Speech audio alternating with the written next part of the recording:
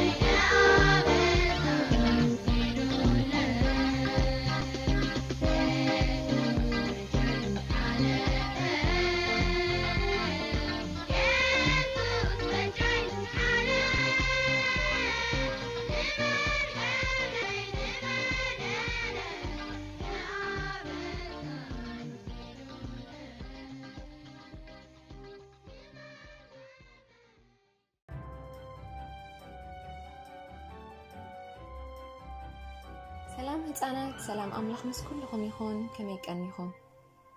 እምበኣር ሎሚ እንሪኦ ዛንታ ድማ ዛንታ ቅዱስ ጳውሎስ ክኸውን እዩ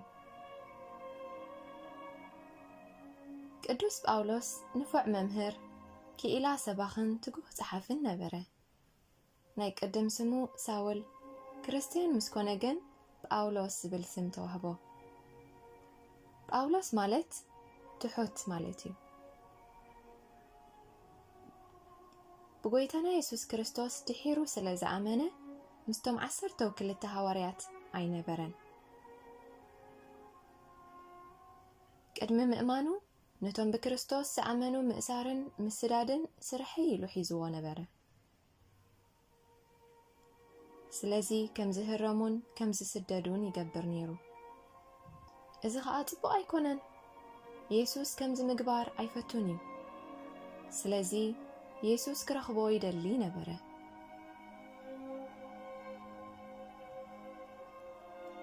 ጳውሎስ ሓደ መዓልቲ ናብ ደማስቆ ትበሃል ከተማ እንዳኸደ እንከሎ ጎይታና ኢየሱስ ብድሙቕ ብርሃን ተገልጸሉ ሽዑ ጳውሎስ መን ኢኻ ጎይታይ ብምባል ሓተተ ጎይታ ድማ ኣነ እቲ ንስኻ እትሰጎ ዘለኻ ኢየሱስ እየ ብምባል መለሰሉ ካብታ ግዜ እቲኣ ኣትሒዙ ንፉዕ ኣገልጋሊ ጎይታና ብምዃን ኣብ ብዙሕ ቦታታት ወንጌል ብስራት ጎይታና ሰበኸ ቀደም ኣሳዳዲ ነይሩስ ድሓር ግን ወንጌል ጎይታና ክሰብኽ ምስ ጀመረ ንዕኡን ካልኦት ሰባት ኣሳደድዎ ብዙሕ ግዜ ተገሪፉን ተኣሲሩን እዩ ኣብ ሓያሎ ሃገራት ብዙሓት ኣብያተ ክርስቲያን መስሪቱ መልእኽቲ ስለሰደደለን ድማ እቲ ሰደዶ መልእኽቲ ሎሚ ኣብ መጽሓፍ ቅዱስ ተጠሪዙ መሰረት እምነት ክርስትና ኮይኑሎ ኣብ ሓንቲ ካብተን መልእኽቱ ጳውሎስ ንሰብ ገላትያ ክጽሕፈሎም ከሎ ኣብ ምዕራፍ 2 ቁጽሪ 20 ከምዚ ኢልዎም ክርስቶስ እዩ ኣባይ ዝነብር ዘሎ እምበር ደጊም ኣነ ኣይኮንኩን ዝነብር ዘለኹ እንታይ ኢልዎም ክርስቶስ እዩ ኣባይ ዝነብር ዘሎ እምበር ደጊም ኣነ ኣይኮንኩን ዝነብር ዘለኹ ኢልዎም ሕራይ ህፃናት ዛንታ ቅዱስ ጳውሎስ ነዚ ትመስል ክልተ ሕቶታት ኣለዋኒ መልሲ ንወለድኹም ወይ ንመምሃራንኩም ንገርዎም ቀዳመይቲ ሕቶ ክርስቲያን ምስ ኮነ ጳውሎስ ተሰሜ እቲ ናይ ቅድም ስሙኸ መን ይበሃል ነበረ ክርስቲያን ምስ ኮነ ጳውሎስ ተሰሜ እቲ ናይ ቅድም ስሙኸ መን ይበሃል ነበረ ካልአይቲ ሕቶ እቲ ጳውሎስ ዝሰደዶ መልእኽታት ሎሚ እንታይ ኮይኑ ኣሎ እቲ ጳውሎስ ዝሰደዶ መልእኽታት ሎሚ እንታይ ኮይኑ ኣሎ ሕራይ ህፃናት ክሳዕ ዝመጽእ እዋን ኣምላኽ ምስ ኩልኹም ይኹን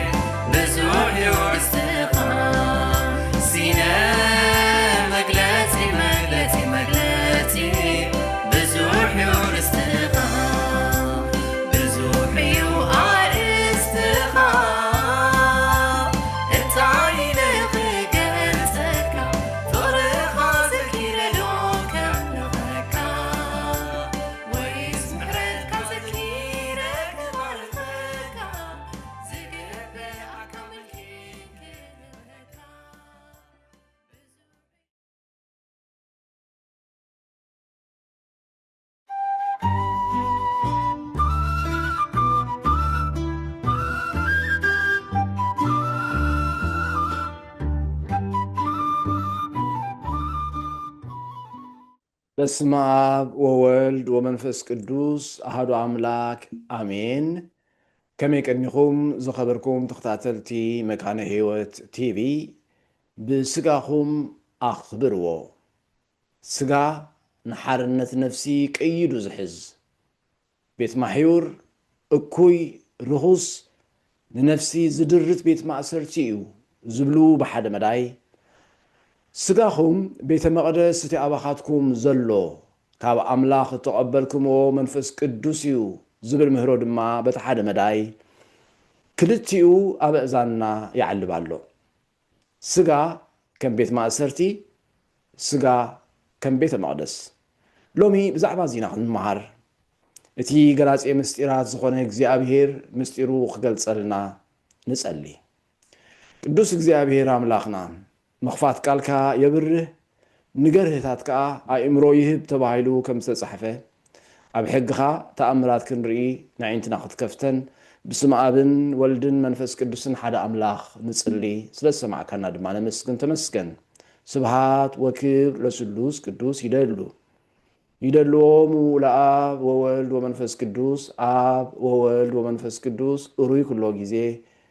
ይእዜኒ ወዘልፈኒ ወለዓለመ ዓለም አሜን። መበገሲ ጥቕስና ቀዳማይ ቆሮንቶስ ምዕራፍ 6 ፍቅዲ 19 ክሳብ 20 ብዋጋ ተዓዲኩም ኢኹም እሞ ስጋኹም ቤተ መቕደስ እቲ ኣባኻትኩም ዘሎ ካብ ኣምላኽ እተቐበልኩምዎ መንፈስ ቅዱስ ምዃኑ ናይ ርእስኹም እውን ከም ዘይኮንኩም እንዶ ኣይትፈልጡን ኢኹም። ስለዚ ብስጋኹም ንኣምላኽ ኣኽብርዎ። ሰለስተ መሰረታውያን ሓሳባት ቀሪቦም ኣለዉ። ቀዳማይ ብዋጋ ተዓዲኩም ኢኹም፣ ካልኣይ ናይ ርእስኹም ኣይኮንኩምን፣ ሳልሳይ ቤተ መቕደስ ኣምላኽ ኢኹም። ብስጋኹም ንኣምላኽ እንታይ ግበርዎ እዩ ዝበለ? ኣኽብርዎ። ኣምላኽ ብመጀመርታ ሰማይን ምድርን ፈጠረ ቢሉ ዝጀምር መጽሓፍ ቅዱስና ኣብቲ ቀዳማይ ምዕራፍ ኦሪት ዘፍጥረት ኣምላኽ ከዓ ብመልክዕና ከም ምስልና ሰብ ንግበር ንዓሳ ባሕርን ንዕዋፍ ሰማይን ንእንስሳን ንብዘላ ምድርን ኣብ ምድሪ ለመም ንዝብል ኩሉ ለመምታን ይግዝኡ በለ። ኣምላኽ ድማ ብመልክዑ ሰብ ፈጠረ፣ ብመልክዕ ኣምላኽ ፈጠሮ። ተባዕታይን ኣንስተይትን ገይሩ ፈጠሮም። ኣምላኽ ከዓ ባረኾም። ኣምላኽ ድማ ፍረዩን ተባዝሑን ንምድሪ ከዓ ምልእዋን ምለኽዋን ንዓሳ ባሕርን ንዕዋፍ ሰማይን ኣብ ምድሪ ለመም ንዝብል ኩሉ እንስሳን ከዓ ግዝኡ በሎም ብምባል ንኣፈጣጥራ ሰብ ይገልጸልና ሰብ ብመልክዕን ምስልን ኣምላኽ እዩ ተፈጢሩ ኣምላኽ ከዓ ዝገበሮ ዘበለ ኩሉ ረአየ እነሆ ብዙሕ ጽቡቕ ኮነ ምሸት ኮነ ብግሓት ውን ኮነ ሳድሰይቲ መዓልቲ ይብል ሰብ ብመልክዕን ምስልን ኣምላኽ ክፈሪ ክገዝእ ከም መሓደር ተፈጥረ እግዚአብሔር ዝፈጠሮ ዘበለ ምስ ረአየ ብዙሕ ጽቡቕ ምንባሩ መስከረ እግዚአብሔር ጽቡቕ ንዝበሎ ድማ ንሕና ብዝኾነ መለክዒ እኩይ ግናይ ርኹስ ክንብሎ ዝከኣለና ኣይኮነን እግዚአብሔር ኣምላኽ ከዓ ንሰብ ካብ ሓመድ ምድሪ ገበሮ ኣብ ኣፍንጫኡ ድማ ትንፋስ ህይወት ኡፍ በለሉ እሞ እቲ ሰብ ህያው ነፍሲ ኮነ ይብለና ኦሪት ዘፍጥረት ምዕራፍ 2:7 ኣብ ኣመክንዮ ዘሐዋርያት ከም እንብሎ ንብል እንከ ከመ ኩሉ ሰናይ ፍጥረተ እግዚአብሔር ወአልቦ ግዱፍ ብዘሎ ፍጥረት ኣምላኽ ንጹህን ጉድለት ዘይብሉን እዩ ንብል ኣብ ኦሪት ዘፍጥረት ምዕራፍ 3 ግና ሰብ ትእዛዝ ኣምላኽ ጥሒሱ ክወድቕ ከሎ ንርኢ ድሕሪኡ ኣብ ዝቐጸለ ምዕራፋት ከም እንርእዮ እግዚአብሔር ከዓ ክፍኣት ሰብ ኣብ ምድሪ ከም ዝበዝሐን ብሓሳባት ልቡ ዝሕልኖ ድማ ወርቲ እኩይ ጥራይ ከም ዝኾነን ረአየ ይብለና ኦሪት ዘፍጥረት ምዕራፍ 6:5 ሓሳባት ልቢ ንኹለንትና መንነት ሰብ ክገልጽ ዝኽእል ኣባህላ እዩ ብስጋኹም ንኣምላኽ ኣኽብርዎ ክባህለና ከሎ ብኹለንትናኹም ማለት ዳ እምበር ንስጋ ጥራይ ነፂሉ ይዛረብ ከም ዘየሎ ከነስተብህል ይግባአና እዩ ሰብ ሕቡር ድሙር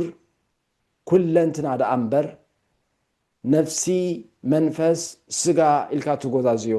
ኣይኮነን እቲ ካብ ሓመድ ምድሪ ተገብረ ኣካል ኣብ ኣፍንጫኡ እስትንፋስ ህይወት እንተዘይቅበል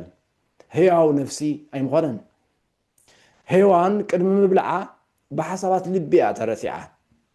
ገና ከይጠዓመታ ኸላ ድማ ምብልዓ ጥዕምቲ ምዃና መስከረት ሓሳባት ልቢ እንተተሳዒሩ እቲ ትግባረ ከም ውፅኢት እቲ ውሳነ ዝስዕብ ጥራይ እዩ ቀንጢብካ ምብላዕ ውፅኢት ናይቲ ብልቢ ዝተመነየቶ እዩ ከመይ ሐዋርያ ቅዱስ ያዕቆብ ዝበሎ ነፍሲ ወከፍ ግና ብገዛእ ትምኒቱ ተስሒቡን ተሓቢሉን እዩ ዝፍተን ድሓር ትምኒት ምስ ፀነሰት ንሓጢኣት ትወልዶ ሓጢኣት ምስ ተፈፀመ ድማ ንሞት ይወልዶ ኣቱም ፍቁራት ኣሕዋተይ ኣይትስሓቱ በለ ያዕቆብ ምዕራፍ 1:14-16 ኣብ ዘመነ ሐዋርያት ዝነበሩ ፈሊጣውያን ኖስቲክ እዚ ግኡዛዊ ዓለም ርኹስ እቲ መንፈሳዊ ዓለም ቅዱስ ብምባል ዓለምን ኣብኣ ዘሎ ኩሉን ርኹስ ምዃኑ ዝተጣመመ ርድኢት ነበሮም ካብቲ ስጋ ርኹስ እዩ ዝብል ርድኢቶም ዝተልዓለ ከዓ ክሳዕ ጎይታና ኢየሱስ ክርስቶስ ብስጋ ከም ዝመፀ ዘይኣምኑ ምንባሮም መጽሓፍ ቅዱስ ይነግር ሐዋርያ ቅዱስ ዮሐንስ ኢየሱስ ክርስቶስ ብስጋ ከም ዝመፀ ዘይእመኑ ብዙሓት መስሓቲ ናብ ዓለም ወፂኦም ኣለዉ እቲ መስሓትን እቲ ፀረ ክርስቶስን እዚ እዩ ብምባል ዝጽሕፎ ነዚኣቶም እዩ ፈሊጣውነት ኖስቲሲዝም ካብቲ ኖሲስ ዝብል ናይ ግሪክ ቃል ዝመፀ ኮይኑ ትርጉሙ ድማ ፍልጠት ማለት እዩ እዚ ምንቅስቓስ እዚ ካብ ፍልስፍናታት ኣይሁድን ግሪክን ናብ ክርስትና ክሕውስ ዝህቅን ትምህርቲ ድማ እዩ ፈሊጣውያን ድሕነት ብርኡይ ምስጢራዊ ፍልጠት ትምህርቲ ህቡኣት ጥራይ ዝርከብ ይብሉ እዚ ፍልጠት እዚ ድማ ንውሑዳት ዝተሓረዩ ጥራይ ዝወሃብ እዩ ዝብል ርድኢትን ሰረተ እምነትን ኣለዎም ሰብ ነቲ ፍልጠት እቲ ምስ ረኸበ ሓራ ይወፅእ ዝብል ርድኢት ከዓ ይኣምኑ ክርስትና ድሕነት ብፀጋ ኣምላኽን ብጎይታናን መድሓኒናን ኢየሱስ ክርስቶስ ብምእማንን ከም ዝርከብ እዚ ድማ ንዝኣምን ዘበለ ኩሉ ኣይሁዳዊ ይኹን ጽርዓዊ ንኹሉ ሰብ ክፉት ዝኾነ ነፃ ውህበት ኣምላኽ ምዃኑ ንኣምን። ፈሊጣውያን መንፈስ ጥራዩ ሰናይ ስጋን ግኡዝ ዘበለ ኩሉን ግና እኩይ እዩ ብምባል ንስጋ ከም ጸላኢ ከም ቤት ማእሰርቲ ከም ክጠፍእ ዘለዎ ገይሮም ይገልጽዎ። ስለዚ ድማ ነቲ ኣብ ቀዳማይ ቆሮንቶስ ምዕራፍ 15 ፍቕዲ 44 ዘሎ ነፍሳዊ ስጋ ይዝራእ መንፈሳዊ ስጋ ይትንስእ፣ ነፍሳዊ ስጋ ካብ ዝህሉ መንፈሳዊ ስጋውን ኣሎ ዝብል ብምቅዋም ትንሳኤ ስጋ ከም ዘየልቦ ይኣምኑ። ክርስትና ስጋን መንፈስን ክልቲኡ ብኣምላኽ ዝተፈጥረ ከም ዝኾነ፣ ስለዚ ከዓ ስጋ ድኻም እኳ ይሃልዎ እምበር ብባህሪኡ ግና እኩይ ከም ዘይኮነ፣ ስለዚ ድማ ብዝሓልፍ ተዘሪኡ ብዘይሓልፍ ከም ዝትንስእ፣ ብውርደት ተዘሪኡ ብክብሪ ከም ዝትንስእ፣ ብድኻም ተዘሪኡ ብሓይሊ ከም ዝትንስእ ንኣምን። ፈሊጣውያን ነቲ እቲ ቃል ስጋ ኮነ ዝብል ቃል ኣይቅበልዎን። ስጋ እኩይ ካብ ኮነ ኣምላኽ ከመይ ገይሩ ስጋ ይለብስ ብምባል ከዓ ኢየሱስ ፍጹም ሰብ ከም ዘይኮነ ይኣምኑ። ክርስትና ክርስቶስ ፍጹም ኣምላኽ ፍጹም ሰብ እዩ። እቲ ቃል ስጋ ኮነ ወንጌል ዮሃንስ ምዕራፍ 1 ፍቅዲ 14 ጎይታና ብሓቂ ተወሊዱ ከም ኣተዓባብያ ሰብ በብንእሽቶ ዓብዩ መከራ መስቀል ተቐቢሉ ተሰቒሉ ሞይቱ ተንሲኡ ብክብሪ ናብ ሰማያት ዓሪጉ ኣብ የማን ኣቦ ተቐሚጡ ዳግማይ ድማ ንህያዋንን ምውታንን ክፈርድ ብክብሪ ክመጽእ እዩ ኢልና ንኣምን። ብዋጋ ተዓዲግኩም ኢኹም እሞ ስጋኹም ቤተ መቕደስ እቲ ኣባኻትኩም ዘሎ ካብ ኣምላኽ እተቐበልኩምዎ መንፈስ ቅዱስ ምዃኑ ናይ ርእስኹም እውን ከም ዘይኮንኩም እንዶ ኣይትፈልጡን ኢኹም። ስለዚ ብስጋኹም ንኣምላኽ ኣኽብርዎ። ኣብ ስጋ ዘሎና ኣረኣእያ ከመይ እዩ? ፈሊጣውያን እቲ ስጋ እኩይ እዩ መንፈስ ጥራዩ ሰናይ ዝብል ጽኑዕ ርድኢቶም ናብ ክልተ ኣዝዮም ዝተረሓሓቑ ጫፋት ይጭንፍሮም። መብዝሕትኦም ኖስቲካውያን ስጋ ንመንፈስ ከም ቤት ማእሰርቲ ገይሮም ስለ ዝርእይዎ ነቲ መንፈስ ካብ ስጋዊ ባህግታትን ማእሰርትን ሓራ ንምውፃእ ነቲ ስጋ ክቐጽዕዎን ከሳቕይዎን ይመርፁ። በዚ ከምዚ ከዓ ስጋ እኩይ ስለ ዝኾነ ዝኾነ ይኹን ሓጎስ ክረክብ የብሉን። ስለዚ ድማ ነቲ ኣምላኽ ዝሰርዖ ዝቐደሶ ቅዱስ መውስቦ ከይተረፈ እኳ ይሕረምዎ፣ ሰብ ክሕረሞ ድማ ይእዝዙ። ብኣንጻሩ ገለ ፈሊጣውያን ድማ ስጋ እኩይ መንፈስ ግና ሰናይ ካብ ኮነ እቲ ስጋይ ዝገብሮ ንመንፈሰይ ኣይጸልዎን እዩ ዝብል ርድኢት ብምሕዳር ንፋሉልነት ይቃልዑ። ወርቂ ኣብ ጭቃ እንተወደቐ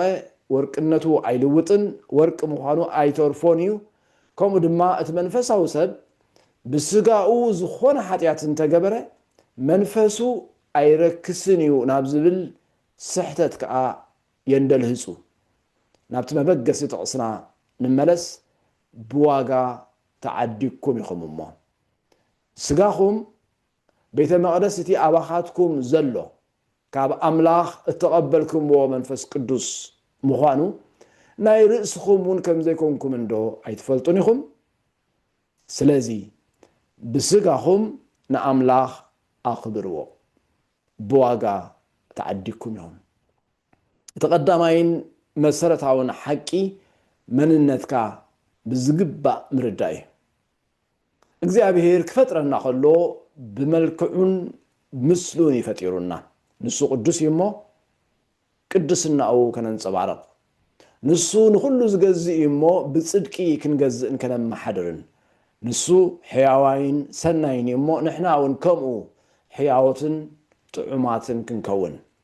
መልክዕን ምስልን ኣምላኽ ከነንፀባርቕ ብክብሪ ፈጢሩና። እወ ነቲ ጽቡቕ ግብርና ርእዮም ኣብ ሰማያት ንዘሎ ኣቦና ምእንቲ ከመስግንዎ ብርሃንና ኣብ ቅድሚ ሰብ ክበርህ ንብዘሎ ስጋናን ነፍስናን መንፈስናን ብዘይ ኣበር ፈጢርዎ ትእዛዝ ኣምላኽ ኣብ ዝተሓስናሉ ግዜ ድማ ግቡእ ዓስቢ ስሕተትና ሞት እኳ እንተኾነ ንሱ ግና ክትመን ዘይከኣል ክቡር ዋጋ ከፊሉ ዓዲጉ ኣድሒኑና ክብሪ ንስሙ ይኹን ሐዋርያ ቅዱስ ጴጥሮስ ብዛዕባ እዚ ከስተንትን ከሎ ካብቲ ካብ ኣቦታትኩም እተቐበልክምዎ ከንቱ ንብረትኩም ከም ብደምቲ ኣበርን ርኽሰትን ዘይብሉ ገንሸል ብኽቡር ደም ክርስቶስ እምበር ብጠፋኢ ነገር ብብሩር ወይስ ወርቂ ከም ዘይድሓንኩም ትፈልጡ ኢኹም በለ ቀዳማይ ጴጥሮስ ምዕራፍ 1 ወደ 18-19 እቲ ብኸመይ ከም ዝድሓነ ዝፈልጥ ሰብ ብሓቂ እቲ እንታይ ከም ዝተኸፍለሉ ዝፈልጥ ዝተረድአ ሰብ ንኣምላኽ ንምኽባር ዝኸውን ድርኺት ብጸጋ ይቕበል እዩ እቲ ካልኣይ መሰረታዊ ሓሳብ ከዓ ናይ ርእስኻ ከም ዘይኮንካ ምፍላጥ እዩ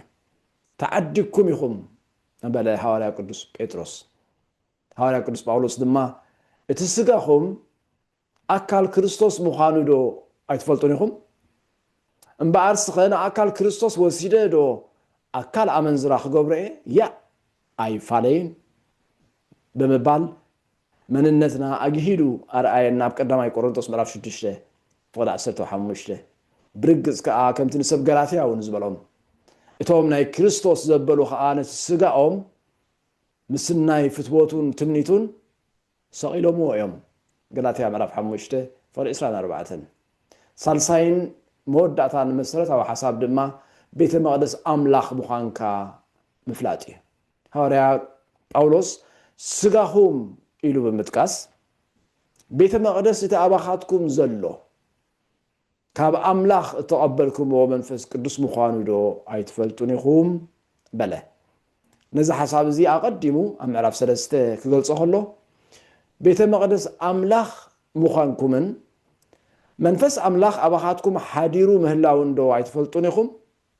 ሓደ እኳ ነታ ቤተ መቅደስ ኣምላኽ እንተ ኣማሰነ ኣምላኽ ከማስኖ እዩ ቤተ መቅደስ ኣምላኽ ቅድስቲ እያ እዛ ቤተ መቅደስ እዚኣ እውን ንስኻትኩም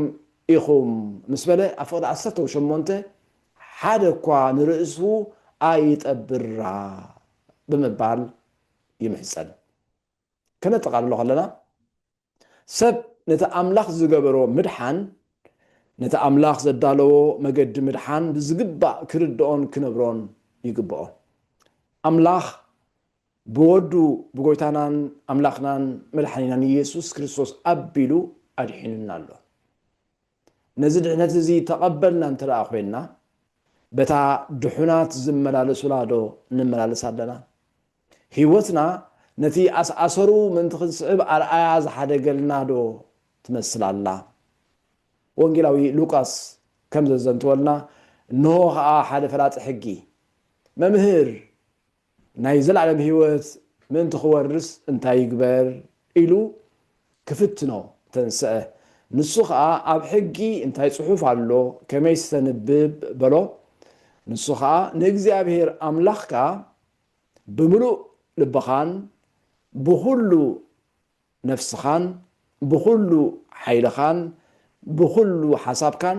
ኣፍቅሮ ንብጻይካ ድማ ከም ነፍስኻ ኢሉ መለሰሉ ኢየሱስ ከዓ ጽቡቕ መለስካ ከምኡ ግበር እሞ ብህይወት ክትነብር ኢኻ በሎ ወንጌል ሉቃስ ምዕራፍ 10 ወደ 25-28 ሰብ ብመልክዕን ምስልን ኣምላኽ እዩ ተፈጢሩ ስለዚ ድማ ብኩለንትናኡ ቅዱስ ኮይኑ እዩ ተፈጢሩ ድሕሪ ውድቀት ድማ ብቅዱስና መንቲ ክነብር በቲ ንሕልና ካብ ሞት ግብሪ ከንጽህ ዝከኣሎ ክቡር ደም ጎይታናን መድሓኒናን ኢየሱስ ክርስቶስ ተቐዲሱ ክነብር ተጸውዐ ስለዚ ብስጋኹም ንኣምላኽ ኣኽብርዎ ክባህለና ከሎ ብኩለንትናና ከነኽብሮ ከም ዝግባአና ክንዝንግዕ ኣይግባአናን እዩ ኣቱም ኣሕዋትና ነቶም ብዘይ ስርዓት ዝመላለሱ ግንሕዎም ነቶም ሕልናኦም ዝዓረቦም ኣፋጥንዎም ነቶም ድኹማት ደግፍዎም ንኹላቶም ተዓገስዎም ኢልና ንምዕደኩም ኣለና እቲ ሓደ ነቲ ሓደ ክፉእ ኸይፈድዮ ተጠንቀቑ ግናኸ ኩሉ ሳዕ ንሓድሕድኩምን ንኹሉን ሰናይ ንምግባር ተጋደሉ ኩሉ ሳዕ ተሓጎሱ ከየባተኽኩም ጸልዩ እዚ ምእንታኻትኩም ብክርስቶስ ኢየሱስ ፍቓድ ኣምላኽ እሞ ብኹሉ ኣመስግኑ መንፈስ ኣይተጥፍኡ ትንቢት ኣይትንዓቑ ንኹሉ ተዓዘብዎ ነቲ ሰናይ ሓዝዎ ካብ እኩይ ዘበለ ኩሉ ረሓቑ ኣምላኽ ሰላም ባዕሉ ከዓ ንኹለንትናኹም ይቐድሶ በቲ ምጽኣት ኢየሱስ ክርስቶስ ብዘሎ መንፈስኩምን ነፍስኹምን ስጋኹምን ብዘይ መንቅብ ክርከብ ይተሓሎ እቲ ዝጽዋዓኩም ዘሎ እሙን እዩ ንሱ ክገብሮ እዩ ይብለና ቀዳማይ ተሰሎንቄ ምዕራፍ 5 ፍቅዲ 14 ክሳብ 24 ክብሪ ንቅዱስ ስሙ ይኹን ነዚ መልእኽቲ እዚ እትሰምዑ ዘለኹም ኣቦታት ኣዴታት ኣሕዋትን ኣሓትን ኩላትኩም ብጾምን ጸሎትን ገጽ እግዚአብሔር ምድላይና ኣዝዩ ዘንእደና ቅዱስ መንፈሳዊ ተግባር እዩ ኩለንትናና ክቕየር እንተዘይክኢሉ ግና እዚ ሎሚ ብጾምን ትሕርንትን ንሕሰሞ ዘለና ጽባሕ ንግሆ ድሕሪ ትንሣኤ ዝኽሪ ጎይታናን መድሓኒናን ኢየሱስ ክርስቶስ ተመሊስና ናብኡ መውዳቕና ዝተርፍ ኣይኮነን ስለዚ ድማ ኩለንተናዊ መሰረታዊ ለውጢ የድልየና ነዚ ለውጢ እዚ ባዕልና ኸነምጽኦ ዝከኣል ኣይኮነን ስለዚ ድማ እዩ ጎይታናን መድሓኒናን ኢየሱስ ክርስቶስ ኣምላኽነቱ ከም ምንዛዕ ከይረኣየ መልክዕ ባርያ ብምውሳድ ብንብረቱ ከም ሰብ ኮይኑ ብምርካብ ኣብ መስቀል ተሰቒሉ ዕዳ ሓጢኣትና ከፊሉ ዕርቡን መንፈስ ቅዱስ ክንቅበል ብደገፍ መንፈስ ቅዱስ ድማ ዘለዓለማዊ ወረስተ ኣምላኽ ክንከውን መገዲ ከፊቱልና ዘሎ ነዚ ጎይታ እዚ ብምሉእ ልብና ክንስዕቦ ኣብታ መገዱ ጸኒዕና ክንነብር ምእንቲ ክከኣለና ሎሚ እዚ ቅዱስ ውሳነ እዚ ክንውስን እንሆ ይንገረና ኣሎ እቶም ነቲ ቃል ሓቂ ተነጊሩና ክንሱስ ግናኸ ብስሕተት እቶም ስዲ ዝኸዱ ተሳሒብና ብስጋ እንገብሮ ንመንፈስና ኣይጸልዎን እዩ ብዝብል ሕሙም ምህሮ ዝተለኸፍና ድማ ኣምላኽ ናብታ ቐንዕቲ መገዲ ክመልሰና እንሆ ንንስሓ ዝኸውን ጊዜ ተዋሂብና ኣሎ ብዋጋ ተዓዲኩም ኢኹም እሞ ስጋኹም ቤተ መቕደስ እቲ ኣባኻትኩም ዘሎ ካብ ኣምላኽ እተቐበልኩምዎ መንፈስ ቅዱስ ምዃኑ ናይ ርእስኹም እውን ከም ዘይኮንኩም እንዶ ኣይትፈልጡን ኢኹም ስለዚ ብስጋኹም ንኣምላኽ ኣኽብርዎ እግዚአብሔር ይባርኽኩም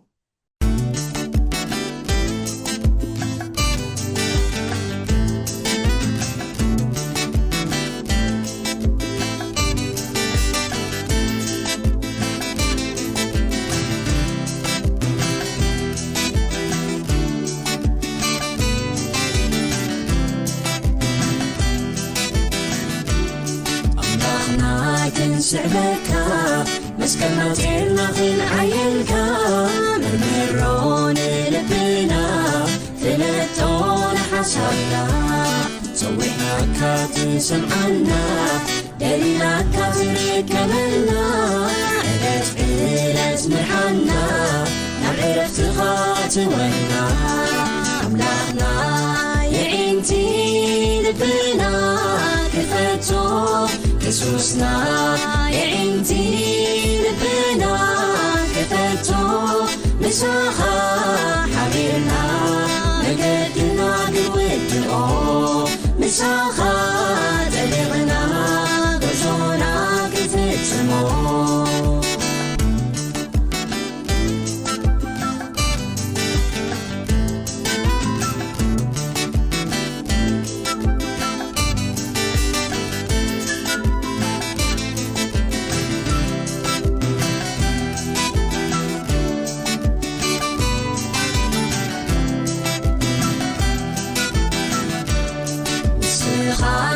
فتوخا تزازات كان زحلون كيلانكا اتتنى محرتكا ونتقلت تغاب ساعة سايد فقانا تزورنا بالمحرتك نخلومي لويلنا طريقا نزلت ولونا أملاخنا يعينتي لبنا كفتو يسوسنا يعينتي لبنا كفتو مساخا حبيبنا نقدنا كنودعو مساخا تبيغنا وجونا كفتمو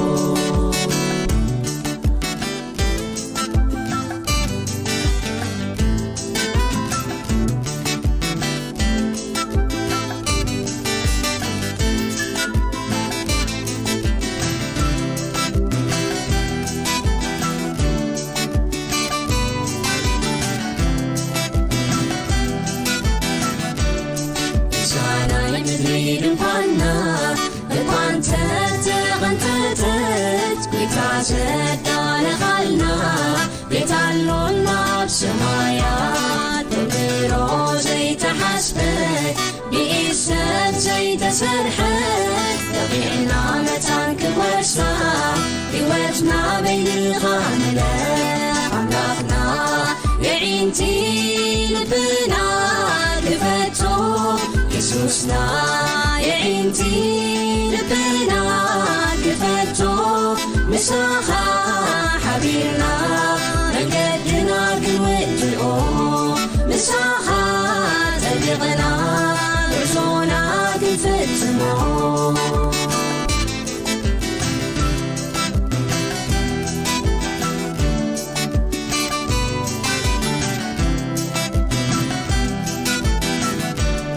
أملاخي معكم بيي عتب تكنت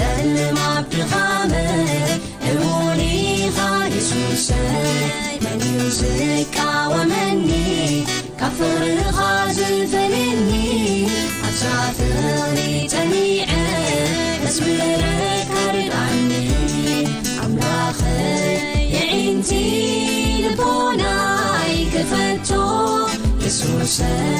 يعينتي لبوناي كفتو مساخا حبيرة من قديك ودعو مساخا تبيغة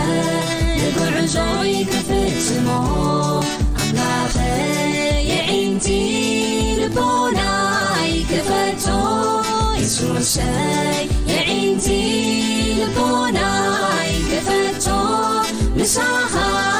حبيرة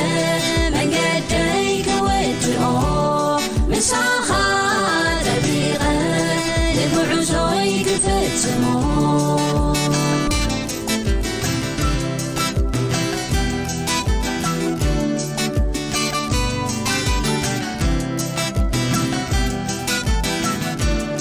أملاخنا معقوبينا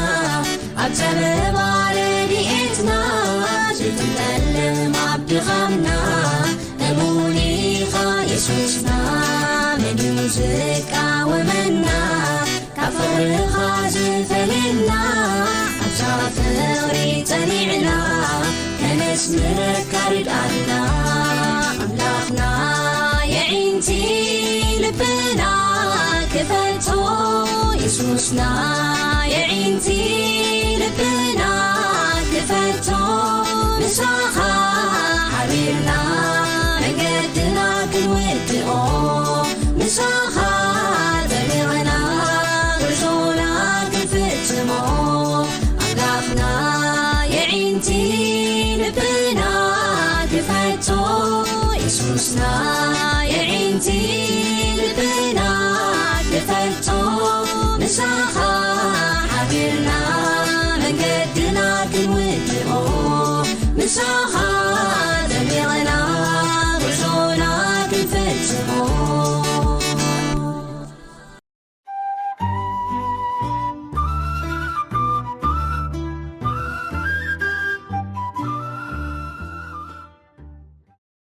ቤት መቅደስ ኣምላኽ ኢና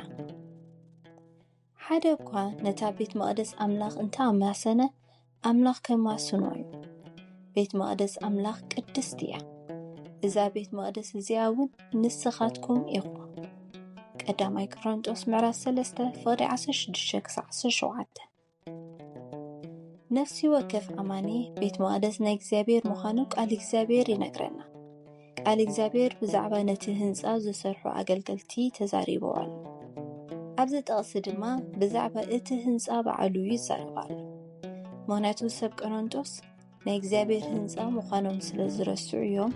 ኣብ ብዙሕ ኃጢአት ዝወደቁ። ኣብታ ኣብ ብሉይ ኪዳን ዝነበረት ቤት መቅደስ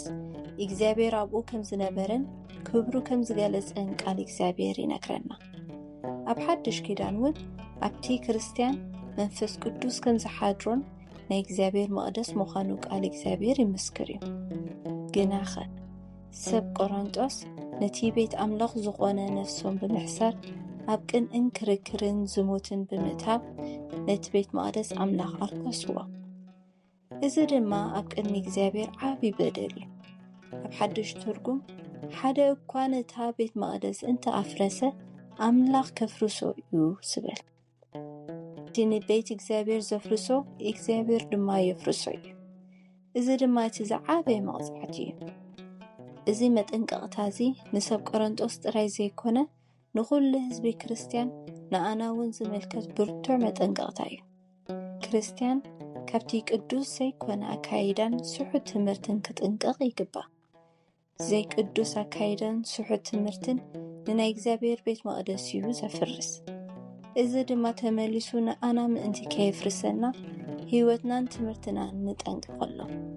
ሎሚ ብእንገብሮ ጽባሕ ክንፍረድ ስለ ዝኾንና ሎሚ ኣስተውዒልና ብጥንቃቐ እንመላለስ። ዝጽናዕ ጥቕሲ ብዋጋ ተዓዲግኩም ኢኹሞ ስጋኹም ቤት መቅደስ እቲ ኣባኻትኩም ዘሎ ካብ ኣምላኽ ተቐበልኩምዎ መንፈስ ቅዱስ ምዃኑ ናይ ርእስኹም እውን ከም ዘይኮንኩም ዶ ኣይትፈልጡን ኢኹም? ስለዚ ብስጋኹም ንኣምላኽ ኣኽብርዎ። ቀዳማይ ቆሮንጦስ ምዕራፍ 6 ፍቅዲ 19-20 ነስተንትን ነቲ ኣብ ውሽጥና ዘሎ መንፈስ ቅዱስ ብኸመይ ንሕልዎ ኣሎና? ንጸሊ። ጎይታይ ነቲ ብቅዱስ መንፈስካ ንኣኻ ክኸውን ዝተቐደሰ ማሕደርካ ክኸውን እውን ዝሓርኻዮ ህይወተይ ብቅድስና ክሕልዎ ብጥንቃቕን ብጽድቅን ብምልኹን ክመላለስ ብመንፈስካ ርድአኒ። ኣሜን።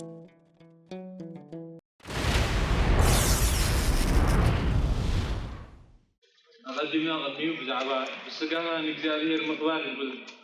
أرسل تمايرنا أبسجازي إذا العالم نبر زلوا سجان مرأي خبرنا نجزاهير خون دامبر كم دلائنا نقولش وحبنا سجازي مخانو بدل كريستوس بخبر واقع تعدل أكلات مخانو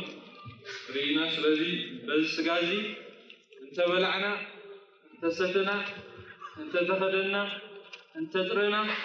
ويسخونه من نجار تجبرنا نخبر زيادة رينا دامبر نخبر رسنا إننا نجبره هم زي بارينا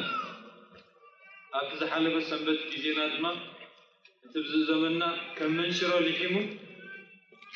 أكلو أبزقنا يوم مازن أم منبر أبايتنا أبغدناتات حلوك حليفو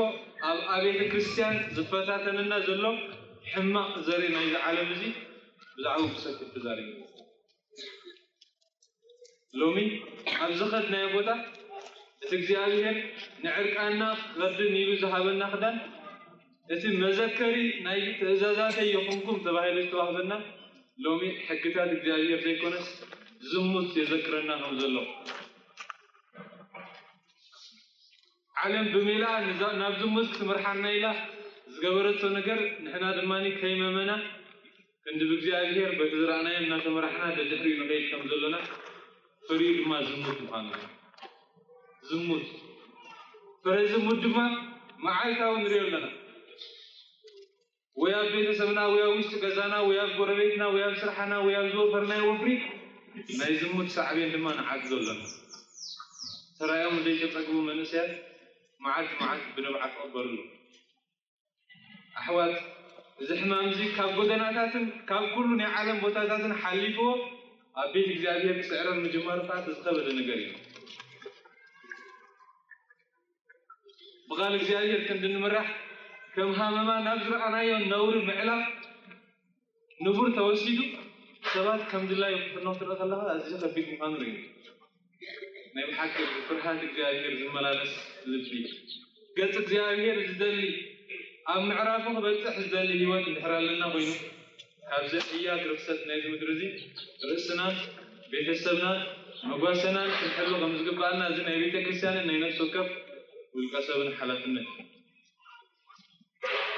من البعض بزح جزء أبو مرو ناس نفس نجار الله نزي نفقد الجاهير نخين إزاز كندل خلنا ومنتهى راح نقبرين تزلوا بعلاقة نسي أنتوا نبور سال زقورة زلنا نسي انتهى يوم كون تدل قالينا أكنا بدفرت كلوك اللي قالينا كابوشتنا كم زعينا زمع زمزم كلونا كايجن ناتي فرح الجاهير ناملا مريتو زقبرة وقدسنا خنبرة نزعلم جاز مثلا كده إذا حتى زد بتاع السيلي حسر حتى بتاع حسر حتى كحجات وني حفر لومي بجاكاتنا الحاجات الدراسي نابتك زدرنا على باب سايلن أبعدها وفيرة يسلم يزول أمران تبي ناتي حق عملاق كونه يلنبوز عامة تسل يكالي እግዚአብሔር እና ተዛረበ እዝነካተ ዲካም ካይርስ ከይ ይካሊ ቃል በኻሲር ካና እግዚአብሔር ዘሃበከ ሐቀተ ክትስጉም ምናልባት እቲ ምግባር ናይ ውልቅና ሓላፍነት ባተሆነ ዝረአየ ወላዲ ዝወልዱ ከገነት ስጋዊ ጥራይ ዘይኮነ መንፈሳዊ ሓላፍነት እዚ ስቕታ መብዛሕ ኣብ ቤተ ክርስቲያን ኣብ ኣባይቲ ኣብ ቤተሰብና ውስጥ ዝድራቤት ناتهم زغورو زلو قدات سقطانا كونفا ندرخم ስለዚህ አውሽቲ አገልግሎት በእግዚአብሔር እንነገልግሎም ሰባት ዛዕባዝ ከነጠንቀቅ ግባ እንቶም ብስጋ ወሊድና ዛዕበናም ሁላት ብጽድቅን በቅድስናን ከመላለሱ ከመዕድ ከንገነህ ከንቀጥል መንፈሳዊ ሐላፍነት እዚን ተዘይገበርና ከነተ ተነጋገርና ማለት ምናልባት ተንዘይ ንግስት ዘሎና نفتوى تعيشنا نعرفه سلج رقمنا حاجات تسمعنا لغون طيب ويكا كامنا أملاك من علي نسب زخبر أمره كمنا إيلز بلا أمره حزنا ملا بسالنا ملا እግዚአብሔር በዚህ ጉዳይ ዘይ ከብር መሆኑ እናንተለካ ክንድነት ሰልፍ ትገነህ አካ ከዲንካ ሰው መባል ነፍስታ ምትባል ጥራይ ኤሊ ደጉ ምንዝርና ነውርን ከገብሩ እናራይ ባይኒ ካብናም ገኒታ ታላገልግሎቶም ተጠው ዘብሎ ሶት መባል ማለት እግዚአብሔር ካይሎ ካብና አይነ ለከታ ስለዘخبرካ ካብኻ ደው ዝብል ዘይ ተጃከል ዝምኑ ኣብ ሓንቲ ቅጽበት ድማ ዓሊት ናይ ኤሊ ከም ዘሎ ስለዚህ ወይ ተሓጃጂ ተሰማሚዕና ኣሎ ንዘመውት ዕድና ድራር ኮይኑ ኣሎ ወይ ካ ካብ እግዚአብሔር ንላዕሊ ንሰብ ዝኽብር ሕማቅ ሕልና ሒዝና ንመላለስ ኣለና ስለዚህ ኣገልግሎት ቤት እግዚአብሔር ወለዲ ሓብቲ ኣቦ ኣደብ ዛዕባዚ ሩይ ዝኾነ መንፈሳዊ ሓላፍነት ከም ዘለዎ ክዝንጋዕ ይግባእ ብዙሕ ግዜ ገለ ሓጢያት ክንገብሮ ክንደሊ ከለና እናቅርቦ ሓዲግ ምክንያት ኣሎ እሱ ከዓ እንታይ ይብል እግዚአብሔር ንሓቂ ኣብ ምንታይ ይዘለ ኣብ ውሽጢ ክርስትና ናይ ውሽጢ እምበር ናይ ደገ ይኮነን ዝብል ብሂል ኣሎ ክርስትና ናይ ውሽጥን ናይ ደገን እግዚአብሔር ኣብ ዝተበታተነ መንነት አይገልጽም ስለዚህ በዋጋ ተዓዲኩም ይቆሞስ ብስጋኩም ለአምላክ አቅርቦ ተባይ ናይ ደገ ዘይደልን የርንተዘኹም ዋጉ ከብስስ አይመድልም ነዚ መጋበሪያ ኃጢአት ዝኾነ ስጋታ ናይ ጥቂ መሳርሕን እንትክኸውን ኢሊ ክርስቶስ ዝሞተ بتي من تبرعي كذا حق أخلو هذا بود ما كتسكلو من تي كريستوس يوتي هيبو بدم عديوكا بجنسة ذكرنس بخبور ده بدم تراسة ذكرنس بدم تفتصم سبن تفتصم أملاك زغنا يسوع سلازي نايوشتي وسان زبط أباري زغنا بحالا نفسنا عيشوا يبقى من البعض نعنا حسب نتحلنا نخلي أمتو يحجزنا كون بالله أبكال جاهز منكم على نجس كم يقولون حدا يجي أيدي كان يدلوا لك حوس مشفنا مشكا قل عد عشيون كم يكاد يدير عش أيش أحوال توشي كريستوس نايوشت عديبو نتنا يدقق عديبو إجزاء نايوشت إذا دليل مخنيات ويشتغل هاي حاسكا دقس لديكن نتناويش تسد كي حاجة نتناوي تعسد تقنع سلديكن إجزاء مجمرة نتناويش تسدنا يحدثوا بتناويش تسدنا كي رفعة نتناوي تعسدنا كم تحدثوا يكام إجزاء نقرنا قويتنا مرحنا يسكسوس بمسواته ثلاث عينات أركفتهم ثلاث عينات أركفتهم تتحدث ناملاخ مسد عرق العرق تخيل ما مسد عرق العرق تزعل يجي سد مسجزة رسول عرق العرق أنتوا يحاولون تصلوا كم قبلنا خلون تايم بس وش تاي سناي قبر دلي بس دقيقنا نتزايد عليه خفوا قبر الله تاي سبكين يدي يوا أنا مقدور سلام كابزنا يموت سجاس من هو كحنني إذا حال من نتزس تباعي شنو حال هدو أتناي ويستسد كاله دلي أتناي دقسد كا كاله دلي إذا ناي سلام من برف كون تبصرت سجاس كندا عود سلام عود بينا تخون الله ناي ويستسد كان ناي دقسد كان زبا أسوب عود مخمي كلا سلام بركة سلامي يهبكم سلامي كات أحد قلكم الله تعالى زهبكم سلام كم تعلم تهبك أيقونة علم نتسقى كم قلقلات أبدامه أتوشتقن لولو يبل مغنياته نتحق الزياجة سلطيرون هو يعرف أي معرف نتسقى ويتانا جد نتناويش تسد نتناويش أسد نخلت يوصل زقل قلو عالم زيت هو السلام من الناس ناجع الرقل السلام يزبنا سلازي كالتي مس أملاك ذل عركن مس حواتنا استبتصم عركن بزيادة مس رأسنا زيادة في العرق مزلينا من الحيبة إذن ويش نمس أكلاتنا إذن ويش تسبنا نفسنا نحلنا مستنا يدقنا يوسع السجانا سبنتنا لحر عرق زي باللقين اتحادث كفانن اتحادث آخر من نزل اللي حكوين كذا زخف هيوت كذا زخف مقدرة زلوا هيوت إذا نهار نيل حكي بيتنا من حنا خصوص كذا جبرنا زعلي نذكر نسيب